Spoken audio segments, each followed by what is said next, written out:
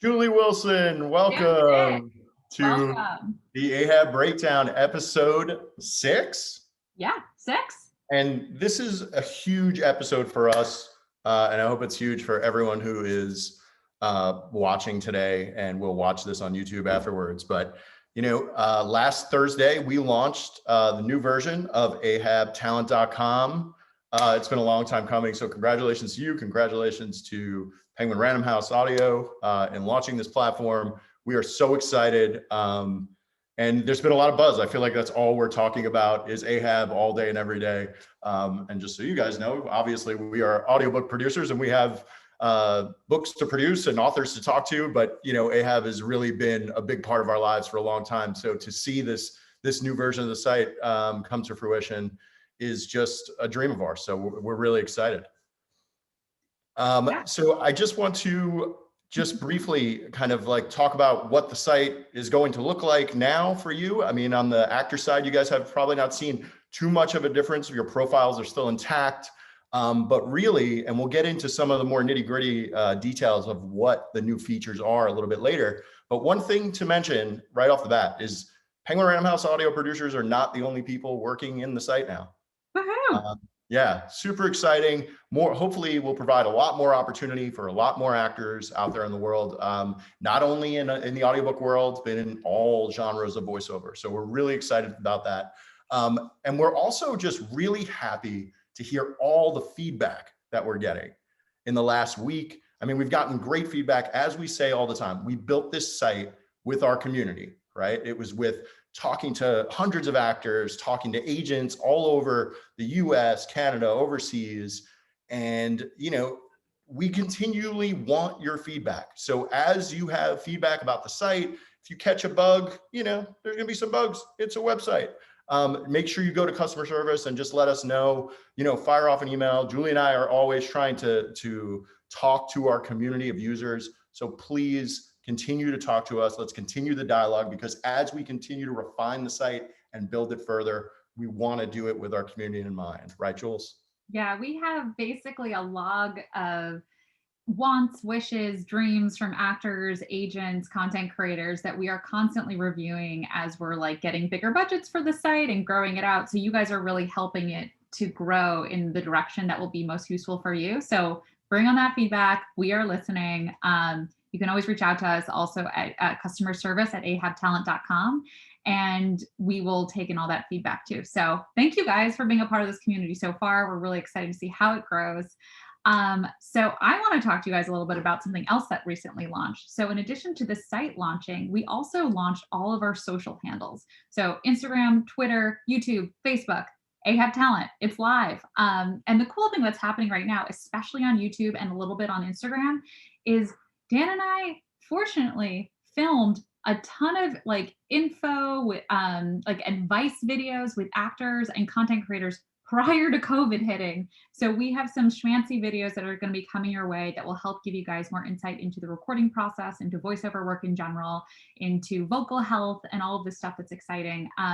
The other thing that's really fun that I'm excited about, our publicity team is launching this thing called Studio Selfies. So something that I love, Dan knows I'm an Instagram junkie, I love it, is that I love seeing you guys post selfies from the studio. So it doesn't have to be a Penguin Random House book. It doesn't even have to be an audiobook. It can be any type of voiceover.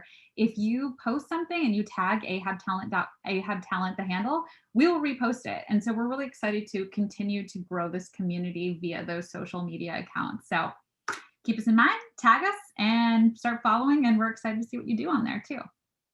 So again, we're back. It's the Ahab Breakdown. We say it every month. We'll say it one more time. The Ahab Breakdown is an extension of this platform. It's a forum where we can get a little bit closer to the acting community and where you can get a little bit closer to us, the people who are making casting decisions, and learn from other audio professionals, experienced audio professionals. We are recording this as we normally do. I know a lot of people go back and watch it again, and then tons of people have been watching it if they can't catch it when this episode or any of our episodes are live. So if you missed our last episode, which was, one of the episodes that we wanted to do for a long time, and we were always kind of like, wow, studio tech talk, that's a little dry of a topic, but like, let's try it. Let's see what happens. But we got such a great response from talking about how to build studios and what mics to use and how people refine their space. If you want to check it out, it's online on YouTube right now. Just one thing, if you would please change your chat settings and, so you're not sending messages to the panelists, please send your messages to panelists and attendees if you want everyone to see your messages, and put your questions in the Q&A section and people will be able to upvote them. And hopefully we'll get to as many questions as we possibly can this week. Yep. And so this month, as many of you guys know, we are focusing on breaking into new markets, casting abroad. And this is something that's been really cool for Dan and me over the past 5 years, really, as we've been building out Ahab. We've been talking very closely with our colleagues who across all territories, talking to agents who are in Canada and the UK and Australia, and talking to actors who are in all of those places, plus Latin America, Brazil, Spain, all of these things. So we thought it'd be really cool to bring on 2 professionals from other markets. So we have one from Canada and we have one from UK, and we'll give you guys a little bit more of a bio in a little bit. But first I wanted to run us through where we're going today. So instead of doing a sample review, we normally do sample reviews, and I know a lot of people love those. We thought we'd do a new feature review just to kind of give you guys a little bit more insight into what's going on the site. And so we can also see if there's any questions that you guys have. Again, as Dan mentioned, you can upvote them. So we know if there's anything that's like giving you trouble, or if there's anything that you don't quite understand, like we really want to know that so we can make it a little bit more clear for you. Then we're going to dive into our main conversation about casting abroad.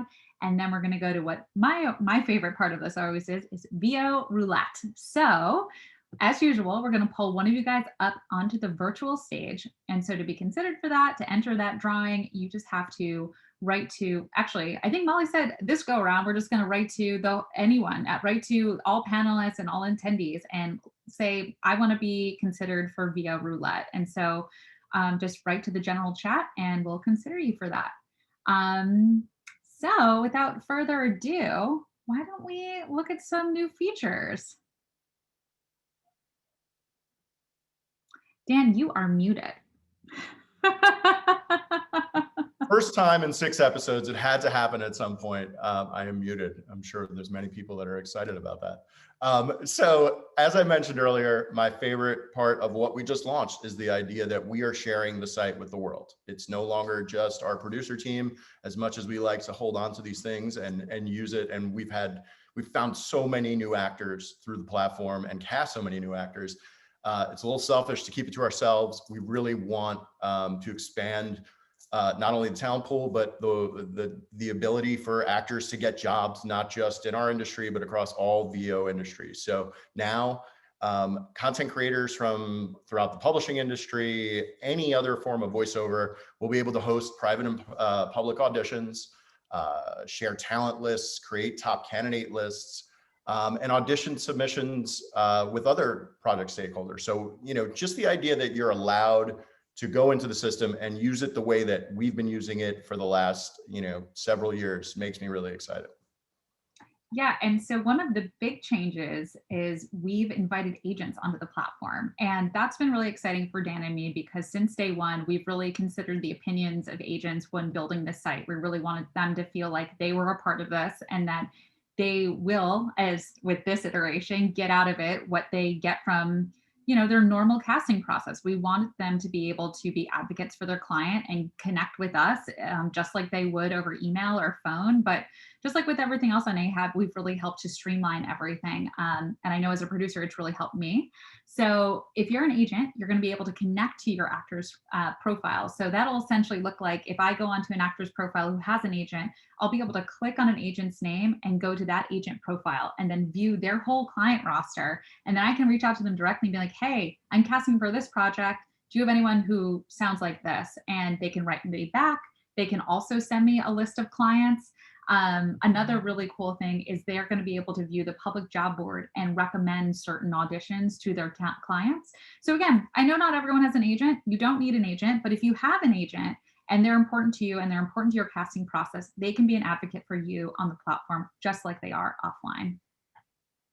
Also, Jules touched on this, but we've kind of overhauled the messaging process and the idea that actors, if you're invited to an audition and you're actively auditioning for something, traditionally, you would kind of like get the feedback and be like, oh, I have to figure out a way to reach this content creator so that I can ask questions about the text, because sometimes we don't put all the details in our auditions. Now you'll just be able to go in, create a message for that content creator who's hosting an audition, and reach out to them and ask questions. And I was hosting an audition this week, and it was like one of the best parts of the site for me now, where I posted an audition and an actor wrote back and said, hey, I have a few questions about this character because I want to refine how I'm actually positioning my audition. And I was able to answer them within the site really quickly. So I think just, again, breaking down barriers, making people, giving people the opportunity to talk to the people making these casting decisions in a more efficient way.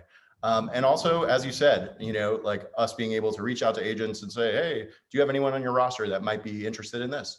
And there are some agents who have already signed up to use the site. So that's kind of exciting. But I do think the messaging part of the platform is really going to kind of change the way that we interact with our community, and really just give them just a little bit more transparency into what we're looking for when we're hosting auditions. I've answered, 20 or so messages in the last week about one audition. And it was just a really efficient process, which is what we're always looking for, as opposed to just people filling up our inboxes with email. Yeah, no, it's interesting too. Like we've talked to, like our pre-production managers have access to Ahab. So like they're the ones that set up the recordings a lot of time and do the scheduling. So they can even log on and message actors and say, hey, are you available on these dates? So I really think the messaging system is going to elevate that type of communication and help people like really communicate more easily. The other thing I forgot to mention about agents is probably the most important thing. They'll be able to field offers for you via the site. So they'll be able to look at those breakdowns and also keep track of all the offers you've gotten, just like actors without agents and actors with agents. Just like when you log in, you can see all of your past offers and all your past submissions. Agents will be able to see all of that too, and be able to monitor how much somebody was paid and how much and who was offering, who's the content creator, all that detail. So I just think that's so cool, because just like with us, it keeps all the details very, very well organized. The final thing that I'm happy to share with you guys is we updated what we call voice skills match. And you guys might recognize that term from the audition board. So with every single audition, you can get a number, it's 1 out of 5. And it basically looks at the criteria within the audition and the criteria that's on your profile and says, oh, you're going to be a good match for this. Oh, or you're not quite going to be a good match for this. So just like everything else, when you're looking at that public job board, the auditions that are not spent specifically for you, you're going to want to look at those breakdowns and just make sure you're the right fit. Because if it's looking for specifically, it needs someone with a British accent, then you're not going to want to audition if you have an American accent. Or if it's looking for someone who sounds older, you're not going to want to audition if you only sound younger. So just review those breakdowns and take into account that voice skills match. And yeah, oh, and the how we judge that are based on primary language, language fluencies, accents, character ethnicity, and gender. So those are the things that you are looking to match on your profile versus the audition. So just give you some insight into that.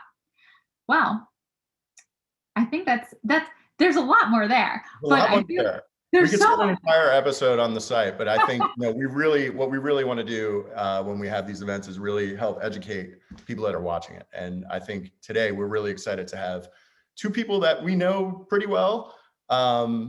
Jules, you want to start with our first guest, Patch McQuaid? Yeah, I asked if I could introduce Patch McQuaid because Patch saved my life this December and January, when over the holidays I had to do an at-home record with an author, and he got the rig there.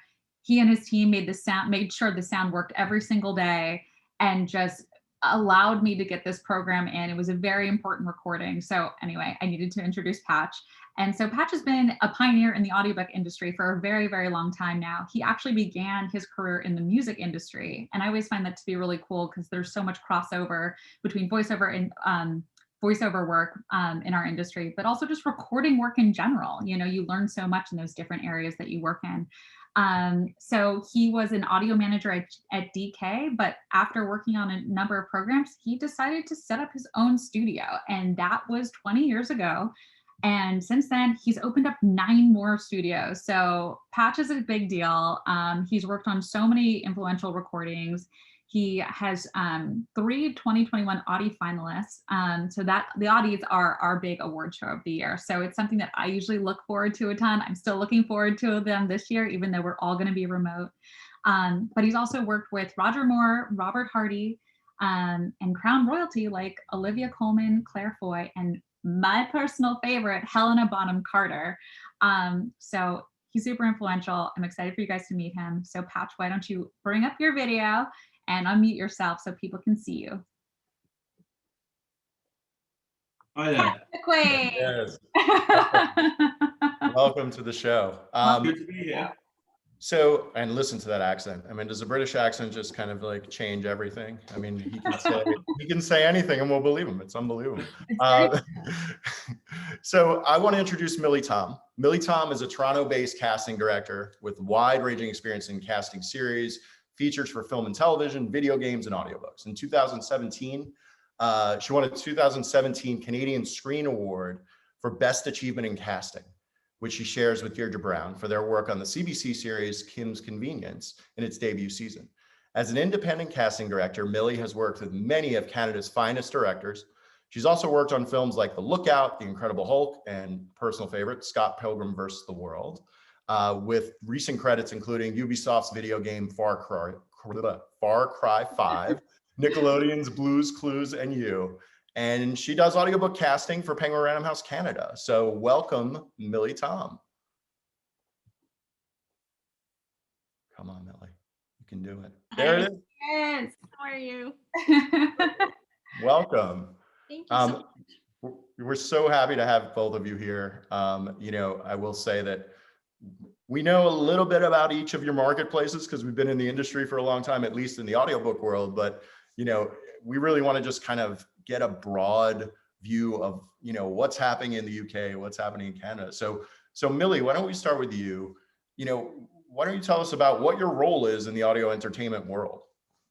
Sure. So at the moment, I've been doing a lot of work with Penguin Random House Canada, sort of exclusively to do their audiobooks. And we're averaging about 20 to 30 titles a year. And it's been phenomenal. I think we started in 2016. And again, it's a very new genre for Canada.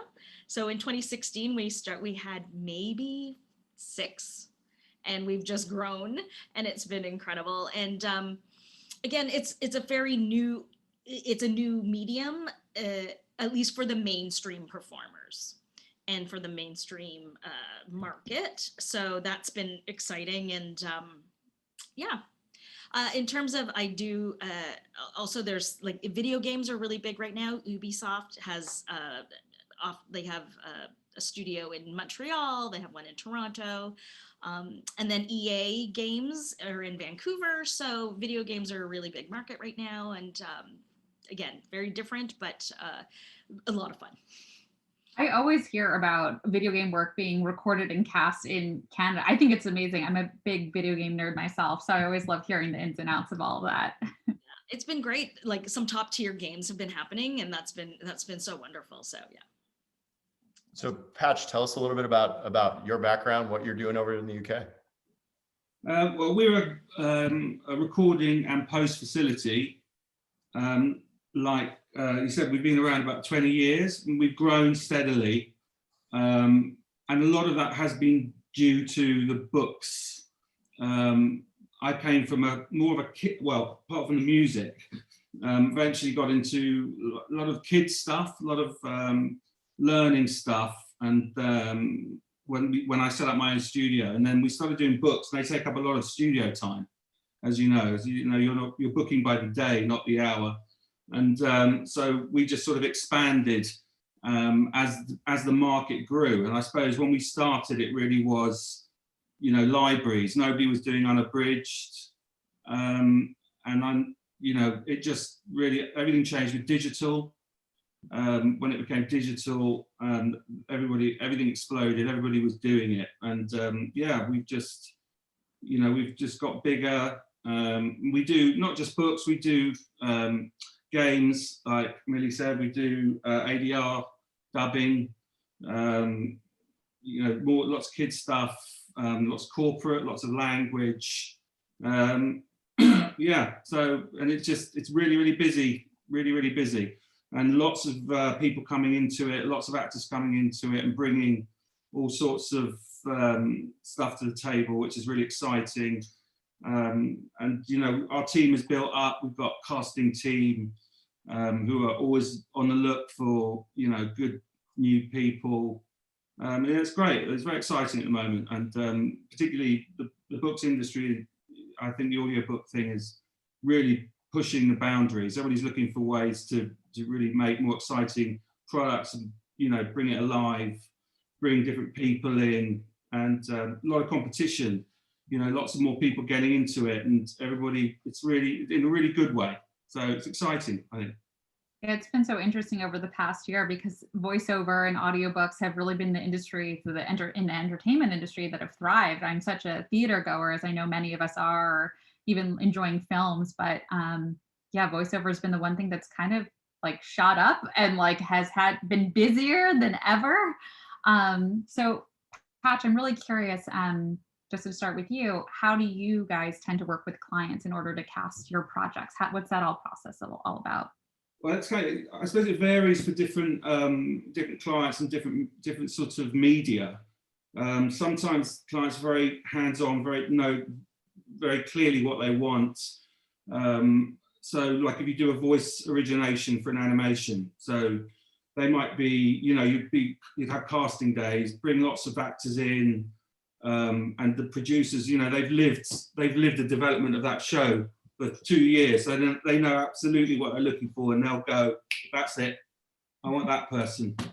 You know, whereas you might have other people who are much more looking for you to bring something, you know, for our experience and my casting team's experience. You know, we're not quite sure who we want for this, you know, and then so we'll take the scripts and, you know, and have a really good look at it, break it down, and start putting the feelers out and start suggesting things, sending clips over, and trying to understand really what people want, I think, and what the text, you know, what's right for the text, and sort of trying to be quite bold, particularly now. My casting team are great. They've got a big sort of drive to bring lots of different people in as much as possible and present that to the clients. There are other things where people are sort of, they don't care so much about the voice. They've just got, you know, a shopping channel dub. You know, I just need someone that can do 5 different voices. It could be 5 different people and can look at the screen and go blah blah blah blah blah blah. You know, and efficiency. That's all about. They just want efficient and very, you know, very budget driven. So there's loads of different things. I think, but different horses for courses, you know. Millie, in Canada, when you're seeking out voice talent, you know, how do you do it? Are you auditioning a lot? Are you, you know, do you just have a kind of like stable of people that you always know about? But what's your process like, and what is the kind of overall process in Canada? So essentially, a lot of this starts with sort of the production team. We sort of we sort of think, what kind of voice is this? What do we want? And then we usually, sometimes production has, there's one person at production who she loves theater actors. So, and she comes from a theater background. So she's always, you know, asking if people are available or if certain actors are available. And then otherwise I usually send out a breakdown, and much like with Ahab, you put out a breakdown, and I sort of do again, you sort of throw out the net and you see what comes back. I'm gonna say, in Toronto, I tend to rely heavily on the voice agents here. They have all been in the industry much longer than I have been, and they are renowned and very good at what they do. So sometimes I'll just be like, okay, I'm stuck. I need something very specific, where, you know, or can you point me in the right direction? And then often I will, I'll also sort of look at something. I like to call it like sort of a wild card, or do the roulette thing, where I'm like, okay, where are there voices that I don't know, or where can I find, again, something that, who don't I know? Because it's, again, the voiceover world is something very different. I come from a film and television background, so going into the world of voice is it's a completely different market, and just, again, a new exploration, and that's pretty So that's sort of where we start. Now, again, also sometimes a lot of our books tend to be very regional to, Canada's quite a vast country. So, we want something very specific. It's either very East Coast or it's very West Coast. The other one book I just recently did was Ottawa. And I was like, the Ottawa Valley has a unique accent. I was like, how do I not know this? And it's only 5 hours from here. So I was like, I better learn this and I better know how to decipher this. So yeah, again, it's we all sort of pitch together to kind of think creatively about it first, and then we throw out the breakdown, and then we'll start compiling the short list in terms of, but we will absolutely send out auditions. We will ask for auditions. We did get a question prior to the breakdown from Mary Castillo. I hope it's that. And she was wondering if in Canada there's ever a need for Americans or American voices, or do you guys have all you need in the Canadian market? So we have a lot of expats that live here. I understand. So often we have that, and also because we have so much film production in Canada, whether it be Vancouver or Toronto, that's a skill that a lot of the Canadians have had to learn, is that you've got to get rid of your outs and your abouts and your houses. And the worst part is, I actually get caught on this all the time, is the sorry. So the American sorry and our sorry. I love your sorry. I just did a whole audition for Star Trek, and the sorry was right there, and I did not catch it because I don't have a great ear for the American. Like, I just always assume we're all kind of the same.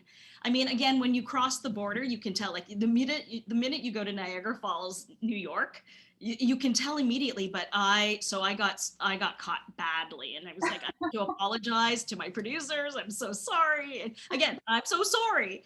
And then the other thing was like the word process. We call it process in Canada. It's process. Well, I got caught. My other casting director colleague, she was like, it's process. The Americans call it process, like processed cheese. And I was like, oh, it was so bad. But yeah, so I mean, again, a lot of our books tend to start because again, we're casting in Canada. We're casting audiobooks that are being published by Penguin House by Penguin Random House Canada. So they are very they're unique to our storytelling. However, I mean, a lot of it, because we are so close, I mean, there are going to be American characters that come back and forth, and so they are featured. And so again, we're usually looking for performers that can span both. Yeah, I really like, one of the things Jules and I realized when we traveled up to Canada to talk about Ahab with agents is that it is a very different marketplace. Where in the United States, where there's thousands of actors who are not represented, in Canada, there's a lot, like most of the actors in Canada, it feels like everyone has an agent. And it was just a completely different kind of world for us when we started going up. Yeah, we rely very heavily on the agents. It's sort of like, in a way, performers with agents will tend, and part of that is only because that's the access we have. Yeah. But now with Ahab, and again, I'm still exploring and learning all the potential that Ahab offers. So yeah. Patch, so are you hiring anyone outside of, I mean, why would you hire anyone that doesn't have a British accent? But what? Well, we do hiring outside of the UK. we do a lot of things set everywhere. A lot of American over here as well. There's a lot of, London is full of actors, great actors from all over the world. That's one of the things that makes it a great place to find people, cast people.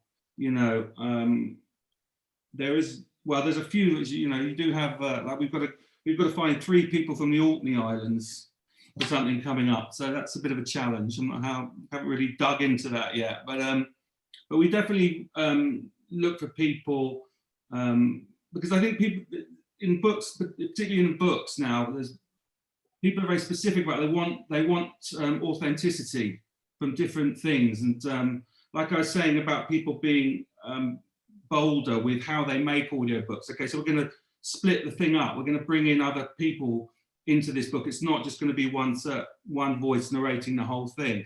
And quite often you might be looking for somebody, you know, from different parts of the world. And I think that the tech now has made this last year, though it's been, you know, horrendous, but it's really forced us to sort of to use the tech to connect, and it's led to all sorts of things that we're now connecting with people. So it's okay, we can find somebody, you know, in South America or in, you know, wherever we want to find someone, and pull them in and record them here or record them there. They can, you know, there's so many options, which you know, opens things up tremendously. And plus we do quite a lot of foreign voice recording. So we're always looking for actors. You know, we might get a project that we then have to localize into 7 languages. So, and this has been great, actually. I mean, there's a lot of foreign voices here in London, but we're now able to get into, you know, go to Italy if we want some Italian, especially, you know, or wherever it is, you know, Greece, Spain, and that's all been made possible by the tech. So a lot of the projects that you do now do have a requirement for, you know, different voices, and it's much easier to pull them in, you know. Yeah, I mean, it's part of one of the great things about the site that Jules and I are talking about. You know, when we heard that there were actors from over 67 countries in Ahab, we were just like, wow, that's kind of like, it really did travel quickly. Yeah, that's powerful. That's a powerful thing, you know. Yeah. And what you were just saying, it's really interesting, at least in the voiceover world, country boundaries are dissolving a little bit, because something that we've noticed is we've been casting a lot of out-of-home studios over the past year, and that's not something that we've done a lot before. And I know other audiobook companies and other companies were doing more of that. Have you guys been making use of those home studios? Or I guess I'll turn over to you first, Millie. Have you guys been making use of home studios, or is it still people going into studios? For the most part, I think we've been going into studios. I think the tech is tricky sometimes, like in terms of just being able to meet production's needs. But I know that sort of the audiobook world at least it really started with people having home studios, and sort of these authors that sort of, or these narrators that sort of just were very creative about how they were going to make, you know, they were going to be successful. So it's interesting. I mean, I think given the advent of COVID this past year, home studios have definitely become sort of a necessity for most voice performers. Mm-hmm. And it's been, for us, we've been lucky enough to go into the studio, whether it be in Vancouver, Toronto, Montreal, or Halifax right now. But again, it's also, there are narrators that are remote, like very removed and remote, but have great studio setups. So we've done a couple, but not many.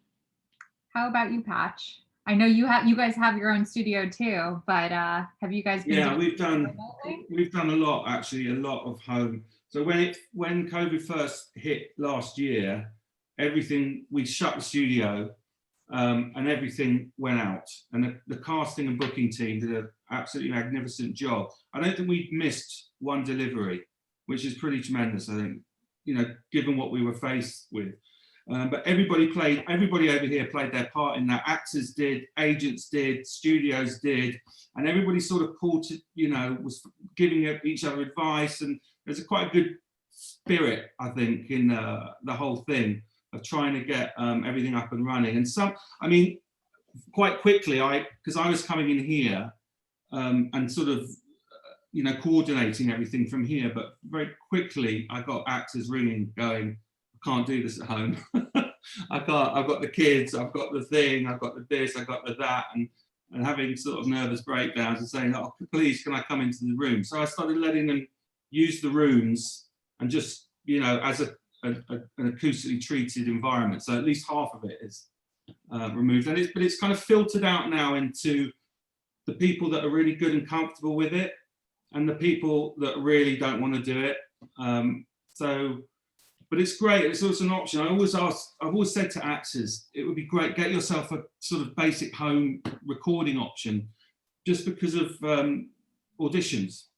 It's really great to be able to just go, look, I've got a piece of script, can you just give me a read? Because you're much more likely to get the job if you read their script than I send you some sample of you doing something about, you know, a zoo commercial or something. So that's been really good. And also then for the books, actually, for pickups and corrections and things like that, it's been really good, have actors getting their head around the tech and having an option. So we've done a lot. We do probably about 2 a week now we've got on the go.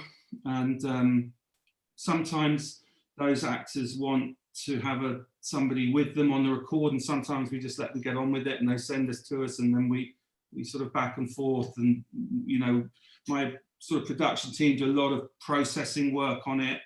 And there's a lot of kind of setup. They have to send people sending samples in. Is it good enough? No, you're too close to the mic, you know, or turn the reverb off, or, you know, do whatever it is. And we had some scary ones at the beginning where, you know, people recording a whole day in record ready, or we had half a day in the wrong end of the mic, in the wrong side of the mic, you know.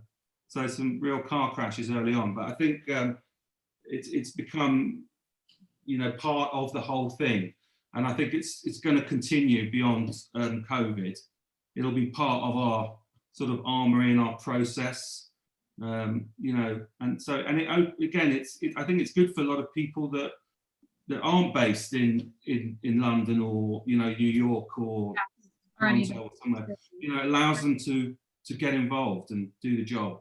So yeah, and for any actors who have who missed episode 5 of the breakdown, actually episode 5, the tech episode that Dan mentioned earlier, we really dive into tech. So if you guys are getting your studios up and running or are wondering about which mics to buy, check out that episode because it has a lot of good info there. Jules, a question that came in that I think we should answer because we do work for Penguin Random House is, it came in from Gairi Sarosi. I'm sorry if I'm butchering the name. How much work does Penguin RH cast in the UK, and do you use studios here? So I would say that, you know, the US team certainly casts books in the UK, not as frequently as our UK colleagues who have cast, you know, maybe 1,000 books a year over in the UK. So we are working over in the UK quite a lot, and I know they are casting a ton of books. They use both commercial studios and they have their in-house studios as well. So if you're, in case you're looking at our work over in the UK. Jules, you have a question? I got so many questions. There was one that I really wanted to get to. Which one was it?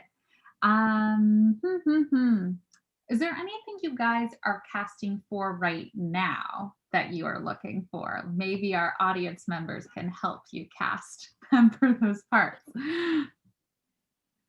Well, shall I go? We've got an interesting one at the moment, which is a sort of testimonial of the UK Argentine war in the Falklands, and it's a kind of loads of sort of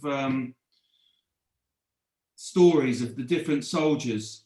That's one after the other, bam, bam, bam, bam. It's big. It's both from Argentinian perspective and from the British perspective, from the sort of, you know, foot soldiers to the generals. I mean, it's got so much going on in it. And the challenge for us, for my casting team, because they're handling it, is how to approach that. We can't put a voice on every, you know, every character in this thing. But, you know, we've said, okay, so let's get a, you know, 10 voices, 15 voices, and see how we cover that. Generally, so we've literally been breaking it down. The breakdown on that has been a big deal, and now we're now starting to look at, okay, so who are the people that we're going to get involved in this project. So we're looking for sort of a lot of young male actors, British and sort of you know, well, it doesn't have to be Argentinian because obviously, but, you know, it would be nice to cast some sort of South Americans in there to give it some, you know, the real feel. So that's a big thing for us going on at the moment. So if anybody's out there thinks they can give us a call. How about you, Millie? At the moment, I'm not looking for anything too specific, but I feel like I'm always looking for Indigenous performers. A lot of our storytellers are Indigenous, so males and females of all ages, because those are the stories that are sort of really coming, sort of being told right now. So that's pretty incredible. And also a lot of the sort of the immigrant stories. So a lot of South Asian voices are sort of in demand. The one I'm currently working on was the Vancouver accent voice. So that's been very, because again, I did not know that Vancouver had a very specific regional accent. But so yeah. Very cool. Go ahead, Jules. I was gonna dive into this question because I thought it was really important for actors here. Is there any specific advice you guys would have for actors about breaking in locally? Like where can people get started in either of your territories if they're either new to voiceover or they're trying to get into voiceover in Canada and the UK? I guess I'll throw that back to Millie and then we can move over to Patch.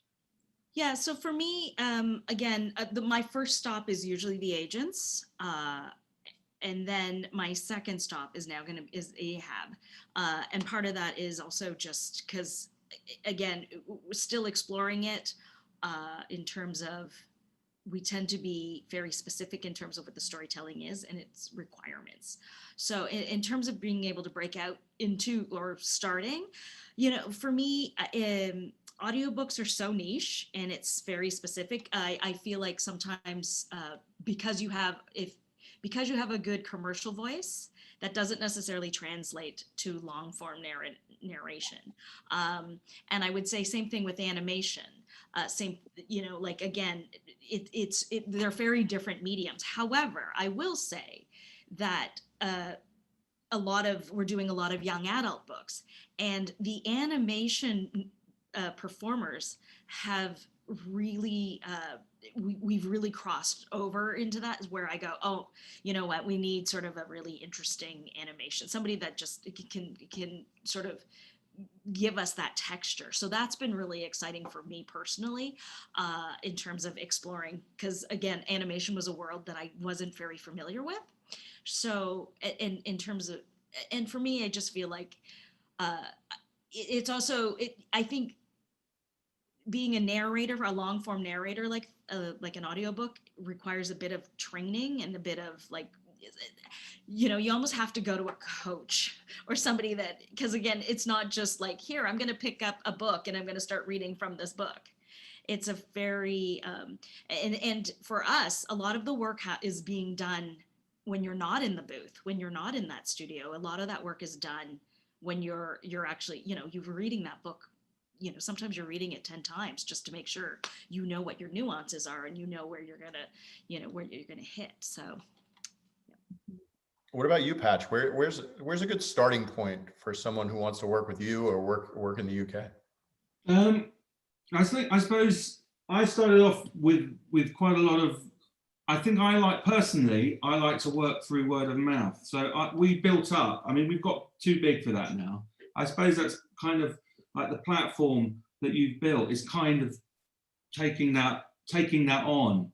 But I like to be able to I talk to a lot of actors. One of the things we used to do early on, and we still do a lot, is sort of language tapes, which requires a lot of actors to be in the building, and they're always sitting around and yakking.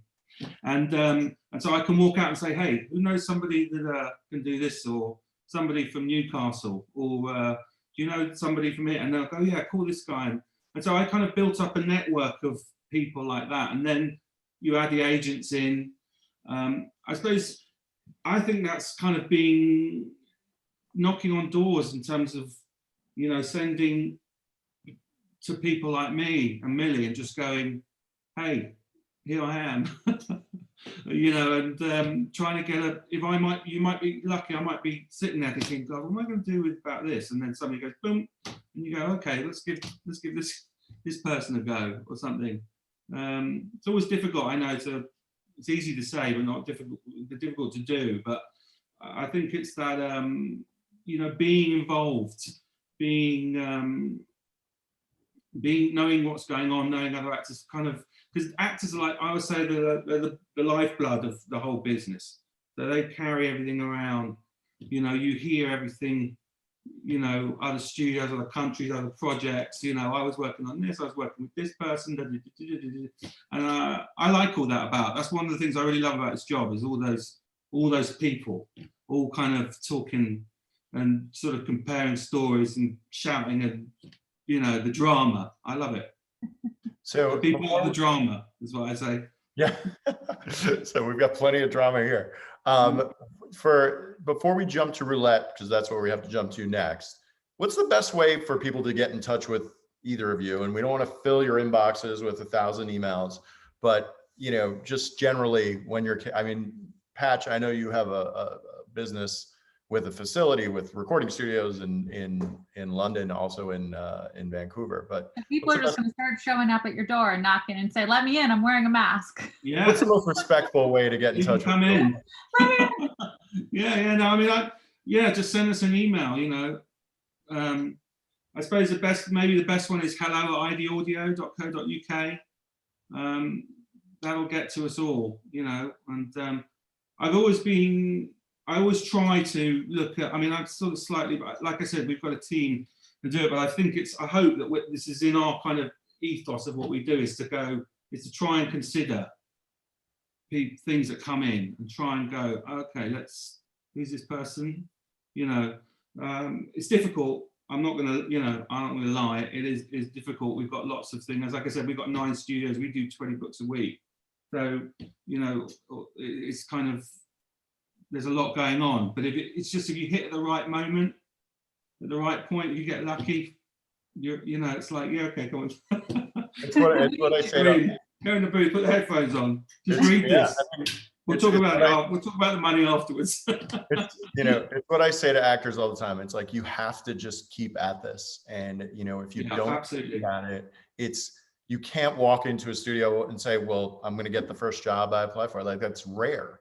You know, I mean, there are actors who it takes years. I mean, I know this from the Penguin Random House point of view, where actors will come to me and they said, I've read 100 books and I've never had a gig with PRH. Like, why is it? It's like, well, sometimes it's all timing is everything, right? And that's been one of the great things about using the platform to some extent, because we're discovering so many new people because of the platform. But yeah, this week alone, I just hired an actor named Michael Gallagher, who I met 2 years ago at APAC, the Audiobook Association's annual conference. And I've been wanting something to hire him for, and it just didn't come around 2 years later. I'm sorry, it took a while. That happens a lot, definitely. That happens a lot. People, and you go, oh yeah, no, didn't I know someone that kind of, and then boom, and next thing you know, they've done 5 in a row. Yeah. And next thing you know, they're winning, you know, audiobook narrator of the year at the office. So it happens all the time. How about you, Millie? What's the best way to be in touch with you? So I have a sort of a submission email address. It's tomboycasting88@yahoo.com. And yeah, we can post that for sure. Great. Yeah. Well, we knew this time was going to fly. And so the core of our discussion is over. And you guys have given, I think, everyone a lot of stuff to think over and maybe a few action items to do about emailing you guys. So let's move on to VO Roulette. And Molly snuck in me a message and said that we have a Canadian who's coming on, and his name is Tim Dixon. So Molly, why don't you bring on Tim? We should have given equal time to a UK talent as well. I know. Maybe next month. Okay, Tim. Yeah. Oh, there we go. All right. Oh my goodness. Welcome. Welcome. Hi, Tim. Thank you. Very nice to be here. It's a pleasure. Yeah. Well, so Tim, tell us where you're from, and then just tell us a little bit about your acting experience and what you're doing in the voiceover industry. Sure. Well, I'm located in Nanaimo, which is on Vancouver Island, which is in British Columbia, which is the westernmost province of Canada. I'm an actor, have been a professional actor for 30 years. Done all kinds of stuff, commercials, TV, film, and currently mostly doing audiobooks, which is the main reason why I tuned in today. It was wanted to hear some more about what was happening in my country, because most of the work I've been doing has been for clients in the US. So either independent authors or for publishing houses. So I was very keen to learn from Millie what the situation is in Canada. I will just say Vancouver Island is one of my favorite places. I once shipped like 4 cases of beer from one brewery in Vancouver Island specifically because it was one of the best things I had ever tasted. So I love Vancouver Island. If I running for long enough, I was literally about to tell that same story about Dan. But I also think Yes. he'd like to get one of our fellow producers, Aaron Blank, to bring back a case of this beer a different time from Vancouver Island. So Maple cream ale, that's all I'll say. So Tim, you know, Yes. have you ever been cast for a role outside of your country or your territory, like outside of, like, well, your territory kind of sounds like the US with all the work you're doing, but you know, have you worked anywhere else? Well, I think most of, as an actor, first of all, most of my work has been here in Canada. So Vancouver is a hotbed for productions that eventually air in the US and US based productions that decide to shoot up here. So I've done a lot of that. And I've done a lot of theater here in Canada. As far as the UK goes, nothing really, but I would love to, because It can all change. What's It that? can all change. It can all I change know. right now. It could all change in a It can all heartbeat, mate. change. So I've got a question for you, Tim. As a Canadian actor that works for the US, do you do books or productions where you're being American? Yes. That, for us, that's quite interesting, because there's quite a lot of actors that I use in London who we use for American, but actually I learned 5 years later that they're actually Canadian. And I wondered sort of how that crosses over. I mean, I can hear, as Millie was saying earlier, I hear those different vowels and stuff, but do you do work for the States as an American, but being Canadian, like my actors do in London? Yes, and as Millie mentioned earlier, there are certain vowel sounds that you have to be careful about. I'm fortunate that I don't think I have, at least to my knowledge, an accent that's terribly regional. I mean, it is a sort of a generic Canadian accent. I grew up on the prairies in Alberta, but I've somehow managed to avoid the sort of generic Alberta accent. But yes, to answer your question, I have done some things where I had to talk like an American instead of like a Canadian. So, you know, there's a certain, you know, and you have to be careful about sorry and some of the other vowel sounds. Well, Dan, does Tim immediately, and I suppose you know he's Canadian, but do you hear him as Canadian? No, I certainly didn't hear that he was Canadian, for sure. Right. At first, when I mean, he has very neutral delivery, and I think, you know, look, I mean, what's interesting about this conversation to me is what I've learned over the years. Like, there's so many regional accents, and in the States, like, you know, in the UK and Canada, like, I'm learning so much about all these different regional accents, but how you keep track of them, I can't even imagine. It's, you know, Tim, how do you, I guess there's a little follow-up question, but like, how do you keep track when you're doing work for America of, like, do you have to do any regional accents in the US? Yes, well, and that's a constant worry with me, because I know that there's somebody who's going to be listening to a particular book or a particular piece of work that I've done, and they're going to go, that guy has no idea. He has no idea. So I did a historical fiction piece a while back, whose name escapes me at the moment. But I had to do a Boston accent. I had to do a Newfoundland accent because it was set during the just before the First World War, and I had to do an African American accent for a couple of characters. So I was just going, oh goodness, and I would listen to people and just do the best I possibly could, and the author was very happy with the result. So that pleased me. But I do have that in the back of my mind saying, I think the main thing is to not just absolutely completely nail it, but just to give a flavor of it. And I think that if you can do that, at least for audiobooks, that's half the battle is to make it not as transparent as possible, I guess, is what I'm saying. Yeah. Well, I mean, I know this only from talking to librarians a lot about our recordings and just listening to consumers talk about our recordings all the time. You know, if you are not right on those regional accents, they will call you out because there are people that live in that region that know better. So, you know, I've called people out and when they're recording a book saying, oh yeah, this is a South Jersey accent. I'm like, no, that's not a South Jersey accent. That is a North Jersey accent. Trust me, I know. But like we in the US, I think it's a big thing for us. And Jules, I'm sure you can jump on this with Southern accents because there's so many regional accents, but you get, you know, South in the Southern United States. That's always a big topic of conversation. Well, I was just going to say that I've been getting a lot of Canadian auditions and I weigh them right alongside the American auditions. As long as I can't tell the difference, I mean, I've lived in America for a long time. And the lucky thing with Penguin Random House is we always have directors in the booth. So you have an extra set of ears there. And then when we do quality control, if like our quality control guys will be like, that was a sorry and not a sorry. So Tim, as one last question, is there anything that you've done in the voiceover world that you've been especially proud of that you want to share with all of us? Oh goodness, voiceover. I can't think of anything right off the top of my head. I did do a book about the medical professor, medical based book called Overkill. It was a very interesting book. It was kind of aimed at doctors, and it was for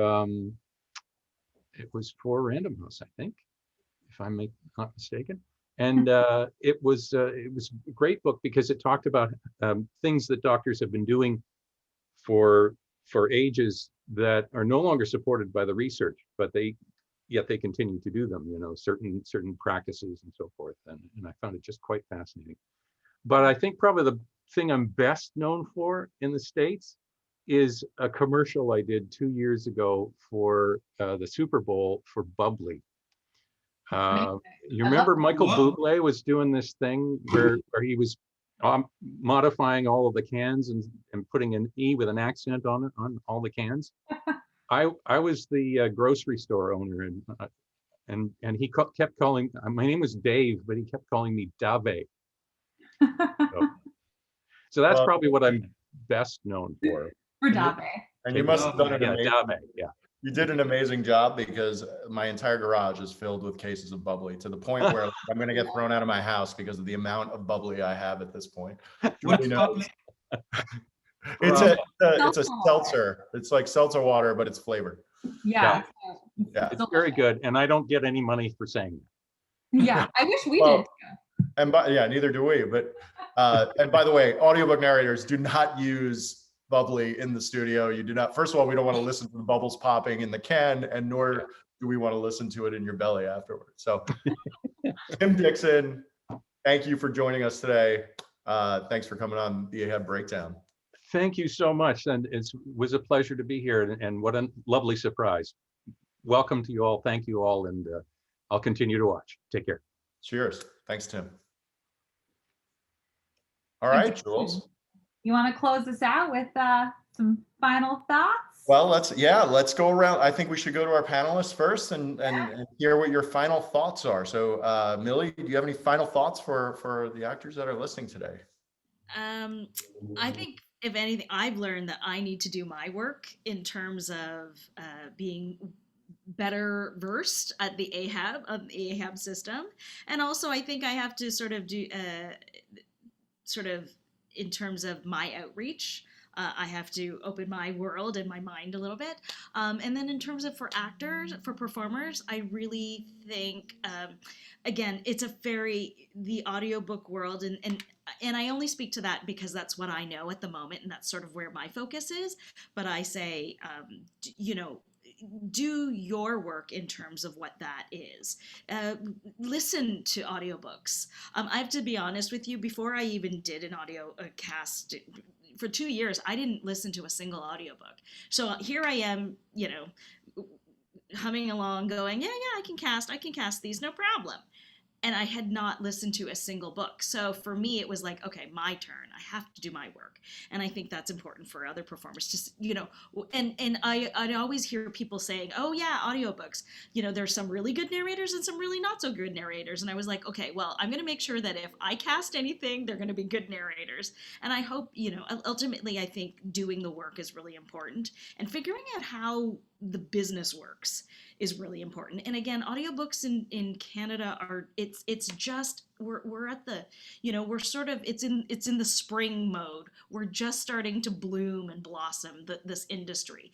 Audible Canada has its own, again, Audible Canada and between Penguin Random House Canada, we've really sort of, all of a sudden it's tripled the work and the volume. So I think that's kind of important, is we all need to sort of do our work. Do the work. That's good advice. It's really good advice. Patch, what about you?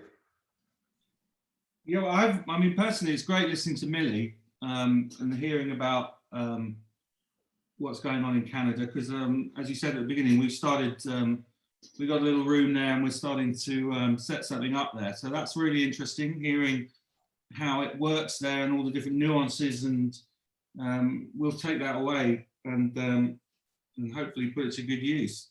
And then for actors, just keep the faith, I think, is the classic. It sounds as a cliche, but it's kind of true. And also, I suppose that one thing I always say is to do what you're good at, and don't try and do what you're not good at, because it's audiobook reading is like, people go, oh, I'm a great actor, but that doesn't mean that I'm, doesn't mean you're a great audiobook narrator or reader. I think they're two different skills, and I think it's hard sometimes, and like Millie said, there's a lot of work involved. You've got to do the prep, you've got to read the book, you've got to know what you're doing when you get in. Because if you're not, I think this is the thing, is if you're not prepared and you're not very good at it, it's not good for you and it's not good for me. And the experience can be a tough experience if it's a tough, trying to lead someone through when they're really struggling is quite difficult. So I think it's that thing of knowing what you're good at and letting people know what you're good at, and I think that advice goes really well hand in hand with Millie's advice, because it's kind of like a progression. Like I tell actors, like, start with what you think you're really good at, and then do the work. And eventually you will work into where you want to be. But until you do the work, you're not going to get there. So don't kind of read 15 different genres of books in your samples. Start with what you're really good at, and then, work your way up to what you really want to do. How about you, Jules? Oh, you're muted. We did it. We both did it. Wasn't the only one today. How to use the mute button. What happened was I had a motorcycle going by, and I'm like, I'm not going to bog us down with this motorcycle sound. I've just been really encouraged by our industry as a whole. And obviously I work in the US, but it's amazing to see how the voiceover industry and the audiobook industry is just growing globally. Our global CEO, Marcus Dole, always says, like, where is audio's glass ceiling? Like, I have not found it yet. And it feels like in the voiceover industry in general, voice is just continuing to grow. And I would also say for actors that I know, like with Canadians and sometimes with Brits, a little bit less so with Brits, in the US, we're not always casting for people who have a British accent or a Canadian accent, or extend off of that a French accent. We are. It's in a smaller percentage for sure. So I would just say keep auditioning for things. Keep your eyes on the job board. I just was auditioning for a Scottish role for a middle grade book that I'm really excited about. I only got about 6 auditions in there. So like I'm looking for people actively, and so just keep auditioning and don't get discouraged. It might take a few years, it might take a few months, but just keep on honing that craft. What about you, Dan? What do you got? I'm going to finish up really quickly by saying, I think we learned today, and we've only scratched the surface, obviously, right? We've talked to our Canadian colleagues and our UK colleagues, but it's a big world.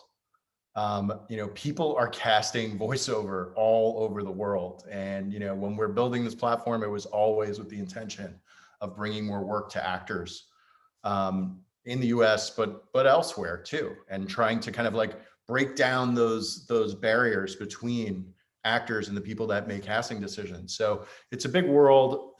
Don't get beat up if you don't get the first gig that comes your way. You have to keep at it, and you have to be, as Julie knows, I love saying this, you have to be relentless in just, trying to get that next job. So just keep at it, and it will come.